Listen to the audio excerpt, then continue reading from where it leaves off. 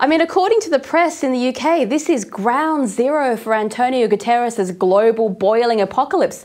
You don't look particularly scorched or dead.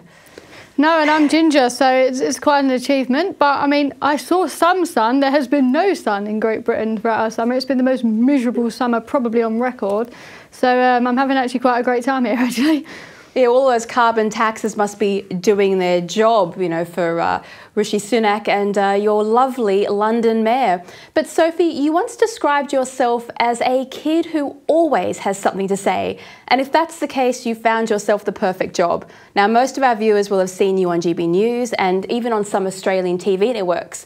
Through brute force and sheer talent, you've made it onto the very small bubble of conservative commentators. Is this what you love doing? Yeah, I mean, I also sort of work in mainstream politics at home. So I've worked for a member of parliament. I've, stood for local council and things. So I'm not just a media commentator, but I mean, I'm an opinionated woman. I like to say what I feel. I like offending the left and winding them up because it's great fun. And yeah, I just enjoy talking to people. I enjoy representing people that aren't traditionally represented in UK media or just in political media in general. Yeah, have a great time.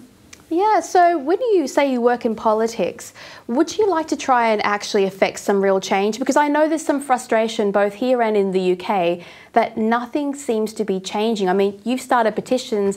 Do you feel like you're getting anywhere with politics? Well, look, I mean, I'm still young at the moment, so for me, I'm not going to enter Parliament now, let's be honest. I don't think, early 20s you should be in Parliament. But, I'm not going to sit here and pretend I don't have any political ambitions. Of course I do. The reason why I come onto these shows and give my opinion, I think it would be wrong if eventually, when I was, old enough and experienced enough to not go and put my money where my mouth is.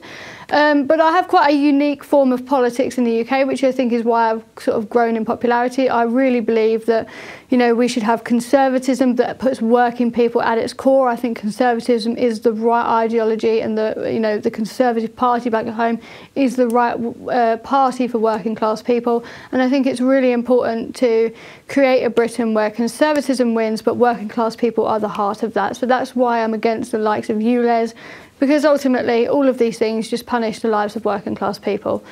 Yeah, well, I was brought up to have a strong opinion. That was the soul of my generation. I mean, we were the Spice Girls generation and very strong opinionated women, and many of us were raised by the power women of the 60s.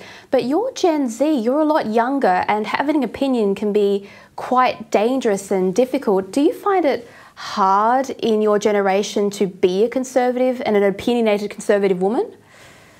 Yeah, of course. I mean, it's been challenging. I think I've had to make massive sacrifices. I can't walk on university campuses at home. Every time when I went to Durham when I was at university, I couldn't leave my room without having somebody shout at me. I've had people try and attack me in the streets. I've had people want to throw acid at me. I think, if you look at my Twitter, the comments are probably worse than any other Conservative commentator in the UK. And certainly in Australia, I think, I definitely get it worse than anybody else.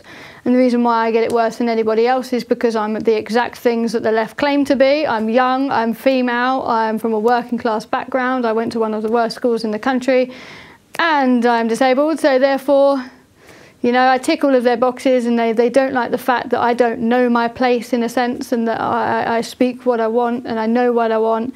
So yeah, it's come at a huge personal cost for me personally, but I mean, I do enjoy it. Well,